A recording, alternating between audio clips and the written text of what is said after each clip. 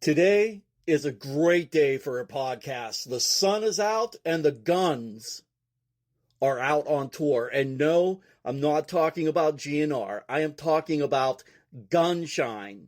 Just close your eyes for a second. Think about the 80s and early 90s rock, when the bands ruled the airwaves, filled the arenas, and made music that hits just as hard today as it did the first time you heard it. And that era produced legends. And legends, as we know, never die. They just get louder. And this band, Gunshine, that I am talking about, has that legendary feel. And I hope your eyes are open right now. If not, just go ahead and open them. Hopefully you're not driving, because Gunshine are here to carry that torch and probably set something on fire right along with it. Before I get into a little bit about Gunshine and my guest today, their bassist, Jake Tripp, I want to thank Lisa Gandia. She is New York's #1 celebrity booking agent with Celebrity Events. She is sponsoring today's podcast. Lisa, I want to thank you so much. Lisa, if you don't know, she books everything from rock stars, tribute bands, party bands, singers, songwriters, motivational speakers. Lisa has the elite talent that she books. So Lisa, once again, thank you for sponsoring the Youth Gone Mild podcast. And I am your host, Gen X Joe of the Youth Gone Mild podcast. Now, Gunshine, they are out of the Sunshine State of Florida. And yes, why they got their name Gunshine has a little bit of play on Florida, because Florida is shaped like a gun. And if you're looking for massive guitar riffs, soaring vocals, and lyrics that actually mean something and brings that 80s sleaze rock right back at you, then again, Gunshine is the band for you, man. And their rhythm section that hits so hard, your chiropractor will be sending a thank you note to them. Just plain raw attitude. And Jake Tripp, their bassist, he's here to talk about their new album that's going to be released called Grand Rising, and it delivers something we haven't heard in a long time. 13 killer tracks that feel timeless, and it is the kind of record that Def Leppard, Whitesnake, Van Halen, and Motley Crue would tip their hats to. This album, it's out, I should say now, on vinyl, but it hasn't been digitally released yet. It just grabs you, kind of like an old X, except this one is actually good for you. And as I said, our guest today is Jake Tripp, and he is the kind of talent that comes along, I would say, once in a generation on bass, man. I am like looking at him as the next Jeff Pilson or Billy Sheehan, man. You just got to listen to Gunshine and the bass lines that Jake provides for them. And if you're excited as I am about Gunshine, well, Pittsburgh, my hometown, this podcast is for you, because Gunshine is bringing the whole experience live to the Crafthouse April 15th. And if you know what's good for you, you will want to be in that room, be a part of the audience. And if you don't show up, well, you just have to feel Gunshine live for yourself, because they make a statement when it comes to rock and keeping it rolling. So let's go on a trip in my favorite rocket ship. Okay, sorry, I got a little sidetrack there. You know, being a dad, that takes me back. Oh my gosh, what was that show? Young Einsteins, Little Einsteins, something like that. Yes. All right. We're going on a trip with Jake Tripp of Gunshine. Here's my interview. Jake, thank you so much for joining my podcast today. It's a pleasure to have you. Joe, thank you. Appreciate you. Not a problem, man. Listen, I got to tell you, I have been hooked on 80s music for such a long time that I never ventured out to new rock bands. And, you hit 50 and you kind of take a look at yourself and you're like, what am I missing? Why am I not looking into newer bands? And saw the video for the Wall Said Call. And what really drew me to it is your lead singer's voice. He almost sounds like Vince Neil of Motley Crue. He gets that a lot. There's a lot of comparisons that people want to draw. Uh, and what's always been really funny about Jordan is if you ask him, he probably couldn't name two Motley Crue songs. That's the wild thing about it. He doesn't really listen to them. It was never really his thing. He's into he's into AC/DC. He's into a little bit of Guns N' Roses. He's into Journey. I remember the very first time I heard him sing, and I was like, "Wow, that's new. That's not a sound that I feel like you hear very often." To me, for some reason, immediately where my head went, what the first time I heard him sing was Barry Gibbs from the Bee Gees. Okay. I'm trying to put the two voices together. I'll have to do that when I'm not doing the podcast, but I kind of see where you're going with that. Listen to the when you listen to the first record, listen to the chorus in Change Today. Okay. To me, that is straight on that register as far as again, I'm not the most knowledgeable when it comes to the Bee Gees, but the vocal register alone, like it was the first time I heard it, it was like, wow, he is right there. Well, I'm kind of going to get maybe a little off track with this, but is it true that he is related to Elvis Presley? That is apparently true. And I've heard the story a few times. It's taken a little while for me to remember exactly how, because I've heard the explanation many, many times. But his great aunt, maybe it's great great aunt, I can't remember, was, I guess, Elvis Presley's maternal grandmother, I think. Minnie Lee something. Again, the name escapes me. But yeah, no, he is apparently kin to the Presley line. So He sounds nothing like Elvis, though. nothing. Definitely not, man. Well, you guys got a new album coming out at some point as well. I think it's called Grand Rising. Grand Rising. Yep. The physicals. We did something a little funny with that. The record itself doesn't come out until maybe mid-July. It'll be out on like streaming platforms and everything. The physicals actually start shipping out. I believe it's as early as next week. So Oh. anybody out there who ordered a CD, anybody who ordered a vinyl, you will be getting the physical release very soon. Well, that album, it's going to have 13 tracks on it. How did you guys decide what made the cut, what didn't? So a lot of that's Austin and Jordan. They had a lot of these songs kicking around for a long time. Even since before I was in the band. And over time, they demo and they refine stuff, and we just decided, okay, this little batch of songs, there's unique moments throughout, which we think is going to be really cool. It's not going to be as straightforward as I think people have come to think. There's going to be stuff in there that's going to throw total curveballs. There's two ballads. There's an acoustic track. There's songs that are more piano centric. There's songs that go on for 8 minutes long. There's experimenting with low tunings. Heavier edges. Blending in different styles here and there, just as like a stab. Uh, so there's going to be a lot of surprises on the record, I think, but it's still going to be 100% Gunshine. Is really the only way I can sum it up. So I was just a stickler for 80s music and hair metal, hard rock, and, then you guys had to go and flip the switch on me. Even though I'm trying to get into the newer bands, you go and release the song Valentine, and shit. That just takes me now back to the 80s ballads. yeah, the ballads. Doesn't really seem like you hear a lot of them anymore.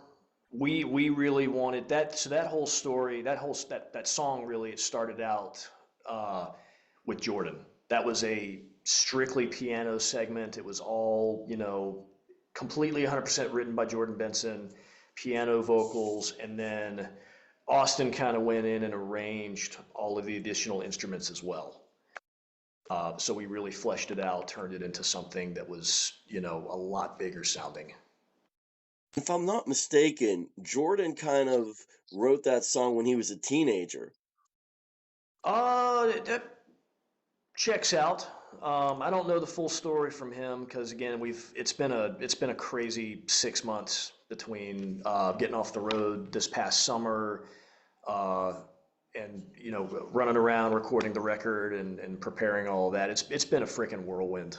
Uh, so a lot of it was kind of like, okay, this stuff is half done, fill in the blanks and so on and so forth. So yeah, Austin and Jordan are the kind of the masterminds behind it all. So you guys have also been releasing monthly singles as a teaser for that album. We already mentioned Valentine, but you also released Goth Girl. Yes, correct. That one came out, yeah, a couple months ago now. We've actually got four more, I think, between now and the record release. Uh, so quite a bit more to come afterward. I can't wait, man, Yeah. because you guys have really just won me over. I know I'm one person, but if you know me and the way I look at music, there's nothing that could take away my 80s, but you guys and another band, and I think I mentioned it to you, I went to see Bad Marriage. And that band blew me away too. Huge fan of you guys as well. I want to go back to the album. Is it true you got Michael Starr of Steel Panther on a track? Yes, as a matter of fact, yeah, he sang on a song called Shark Lounge, which that's one of the singles. I forget which month that one's going to be coming out, but that's one that we were playing it live a lot last year. We threw in a brand new one that no one's ever heard, and Shark Lounge ended up being the one.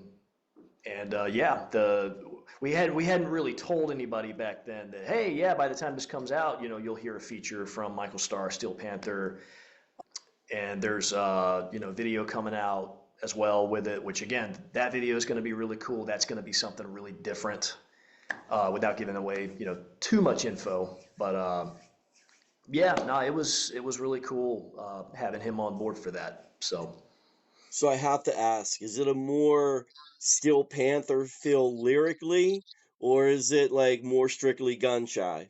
it's a bit of both, really. It's the lyrical content in the song is very silly. It's not like Steel Panther level of silly. I mean, it's not gonna get the explicit lyric stacked on us, but it's actually funny, the story behind that song, and we have to tell this story almost everywhere we go. Uh, Decades ago, there was a club in Daytona Beach, Florida, called the Shark Lounge. Uh, Daytona Beach, it was uh, we only ever heard stories because this place, they shut it down 20 years ago. It was the stuff of legend out there. Drugs, prostitution, just everything you can imagine. They had a literal shark tank in the lobby, stripper pole above the shark tank, and that was where the strippers did their thing. A literal shark in the Right. tank. So somebody in Austin's family was telling us all kinds of stories about back when they used to be in Daytona. They used to go to this place, and just it was as Jordan puts it, it's like the Ripley's Believe It or Not of strip clubs. Uh, there was like a famous photo online somewhere of I guess somewhere in the 90s. I guess Vince Neil went to the club, and there's a photo of the face that he made when he walked in and saw uh, the vibe of this place, and it was just priceless. So I mean, we got inspired to the point where it's like we got to write a song about it. You know, we gotta tell the story because again, it's one of those places that nobody really seems to talk about, and it really ought to be infamous because you can get on YouTube and you can look up clips of uh, the news story of when they shut it down. They sent like undercover cops, and they you know the cop that they were interviewing after just it looked like he had the longest day that anybody could have in that profession, seeing all this. So yeah, we're excited about that one. I think it's going to be a lot of fun. Hopefully we'll tell the story a little bit. Well, now you're going to have me going on YouTube and looking at videos tonight of the Shark Lounge. It's funny, man. If you check out the news broadcast, the interviews are just something else. Well, hell, you said Vince Neil was there in the 90s. It's a wonder. Now, I don't know when it opened, but it's a wonder it wasn't in their song Girls, Girls, Girls. Yeah, I don't know the when it got going, but I know it was kind of like early to mid 2000s when they finally shut it off, which may have been too long. Who knows? Because it sounded like just the seediest of the seedy joints. Are you looking it up right now? No, no. My phone went blank, so I'm trying to bring it back up. So, Okay. no, I wouldn't do that to you while I'm on there, but I will as soon as I hang up. So, I wouldn't blame you. It's yeah, it's great. so let's talk a little bit now about the band itself. From Sure. what I understand, Gunshine started because of the pandemic. Yes, that is my understanding. So Austin, uh, again, mastermind behind the whole thing. He had been writing these songs for years. A lot of the songs that ended up on the first record. He was a touring guitarist in New Year's Day for Right. several years beforehand, and the pandemic gets going, and he's somewhere in Europe. He's basically flying home. It's like, okay, it's the last plane back to the States. He hopped off of that touring gig, and immediately once he was back home, once the pandemic was in full effect, he just started working on these songs, refining. He had this sound in his head, he wanted to kind of go back to the basics of what rock and roll was supposed to be in the beginning, especially, when you think about the state of the world during that year. Kind of seemed like it was the best move for him. Again, he wanted to do something that was fun. He wanted to do something that made people, happy and kind of forget about the bullshit of daily life, which is, I think what we all want. Rest is history. He puts the first lineup together. I believe it was towards the end of 2021. Wall Said to Call was the very first song that ever came out. A couple of years, a little over a year later, 2023, I came on board. Now, the name Gunshine itself, it's a nod to Florida and the roots of the band. State of Florida, shaped like a gun. It's one of those things that people on the internet really seem to love to they love to discuss it, they love to debate it, but it's like no, it really is as simple as it sounds. Well, you guys definitely have a growing fan base. I mean, you've also toured alongside some major acts, Buck Cherry, Hailstorm, Godsmack, and you are going to be coming down this way, or up this way, I should say, to the Pittsburgh area. You're going to be at the Yep. Craft House. Crafthouse, I think that's the 15th. If I hope I have that info right. Yeah, we've got there's a lot coming, and our grid is there's more locations popping up every other day, and the agent that we have working with us is doing a fantastic job. So Well, let me just say, I checked my notes, and it is the 15th. You are right. okay, because now I'm gonna go back and check all of them. April 15th at the Craft House in Pittsburgh. Gunshine will be there. You're bringing some opening acts with you as well. For that one, well, really for the pretty much the entire tour, I think it's really just local support in every city. Um, Obviously we love, like when we're up in the Boston area, we're gonna definitely try to link up with Bad Marriage pretty much any time. But as of now, we're just we're flying solo. I think that might be our first time in Pittsburgh, if I'm not mistaken.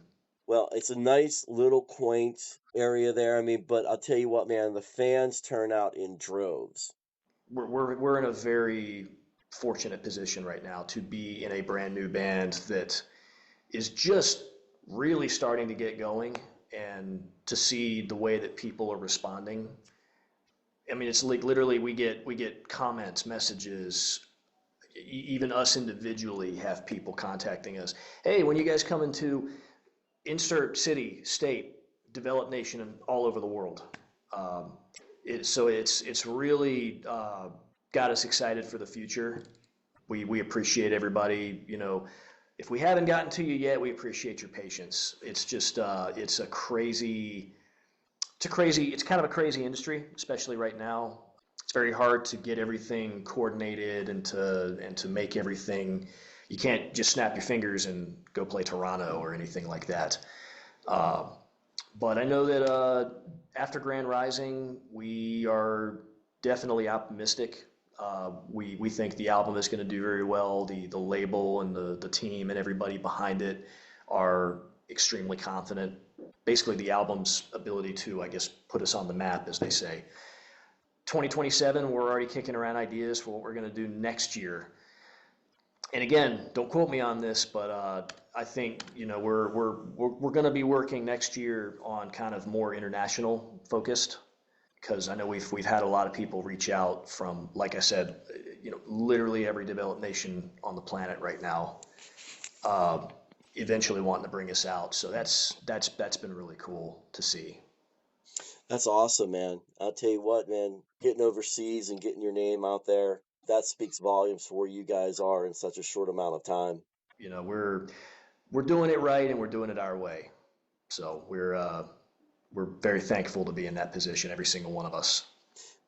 So, for any listeners out there who may not be familiar with Gunshine music, what do you hope people who do hear it for the first time leave with? That's a that's a pretty good question, actually. Well, thank you. Well, like I'll use Live as an example. Um, I'm with Gene Simmons on this one. We want to see that everybody has a good time. Everybody goes home knowing, okay, we got our money's worth for the night out.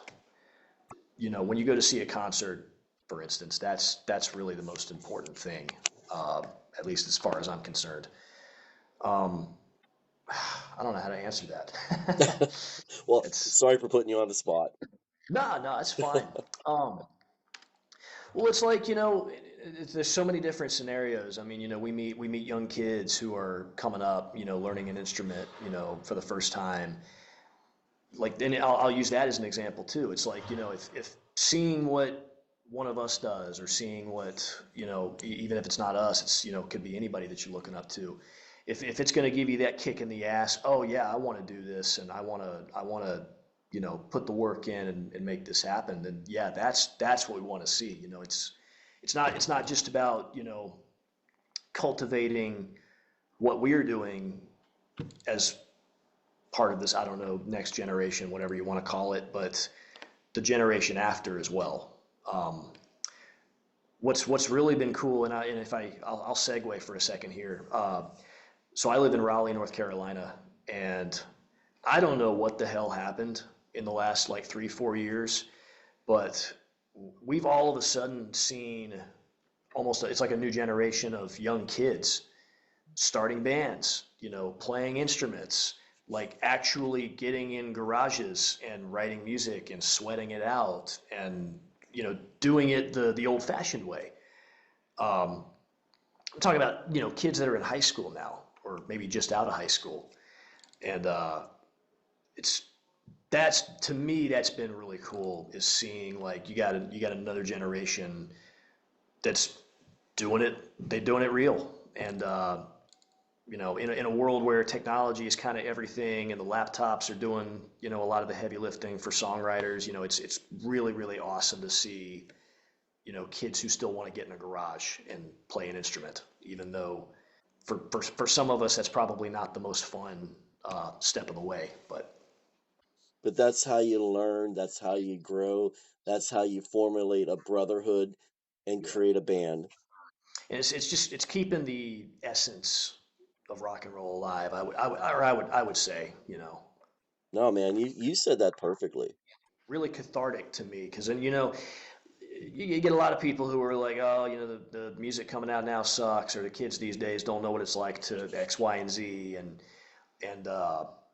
I've met kids in bands who are like, oh yeah, we're into Metallica, we're into Pantera, you're into something that I don't know, it's hard to picture a 15, 16-year-old kid really being into that stuff these days. I don't know why, but it's something that's great to see though. Oh, yeah. Now, before we wrap up, is there anything you want to say to the fans? You can find us everywhere: Gunshine, YouTube, Spotify, wherever you get your music.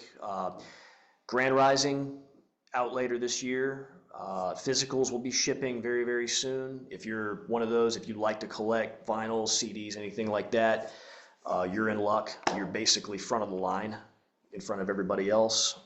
Check the tour dates.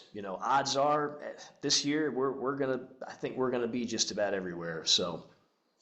Well, I know I cannot wait to come down to the Craft House on April 15th. I got it right. Yeah. And see Gunshine. And that's So, the other thing too, is we're not quite at the we're not quite at the meet and greet status yet. We're trying to be the band that meets everybody and hangs out. So if you come to any of these shows this year, granted it's not like a 2,000 cap room or anything, then if you hang out, we always hang out. So yeah, I think you'll like the venue a lot. All right. Well, Jake, thank you so much, man. I appreciate you taking time out of your day. Joe, thank you. Appreciate you, man.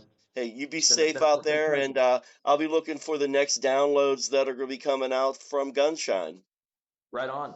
Yeah, I think we're maybe 2, 3-ish weeks away from the next one. So Holy hell, Pittsburgh, Gunshine, coming April 15th to the Craft House. I know I am going to be there. I am not missing any of these shows that are at the Craft House. I mean, they are bringing in some great talent. Gunshine this week. They had Bad Marriage not too long ago, A Foreigner's Journey to Boston. I mean, you name it, they are bringing this in. And how can I forget? They had Billy Sheen's latest band, The Fell. I mean, guys, you gotta check out the Craft House and these bands if you have not already. Gunshine, their new album, Grand Rising, 13 tracks of pure proof that rock is alive and well. Again, the kind of music that the 80s hair metal and hard rock bands would just tip their hat to. And how cool is it that Gunshine has a track called The Shark Lounge featuring none other than Michael Starr of Steel Panther. And yes, I did Google The Shark Lounge and I saw some videos on YouTube. Let me just say, I saw what I saw, and I'm choosing to keep my comments entirely to myself on this one. But what I will say is that if Michael Starr is involved, you already know the energy is absolutely going to be unhinged. And I got another statement to make about Gunshine. I would almost bet that they would be your mom's or your grandmother's new favorite band because lead singer Jordan Benson, he's a distant cousin of the king, Elvis Presley. Man, that DNA speaks for itself right there. So, huge thank you to Jake Tripp for sitting down with me today for this awesome interview. It was an absolute pleasure to interview him. And if you're digging what was happening, I got a second interview with another Gunshine member, drummer Tommy Salzburg, coming up directly right after this. So, being released the same day right now. All right. So go on, check that one out. I just couldn't get enough of these guys. I had to interview 2 of them. And again, I want to thank Lisa Gandia of Celebrity Events Rocks for being the sponsor of the Youth Gone Mild podcast in Pittsburgh. Don't forget, Gunshine is bringing it all live to the Crafthouse. April 15th. Get there. You do not want to miss this awesome band and show. All right, fans. I'm wrapping this one up right now. So, rock loud, live proud. Peace out and props everyone for listening. I'm Gen X Joe, and this has been the Youth Gone Mild podcast.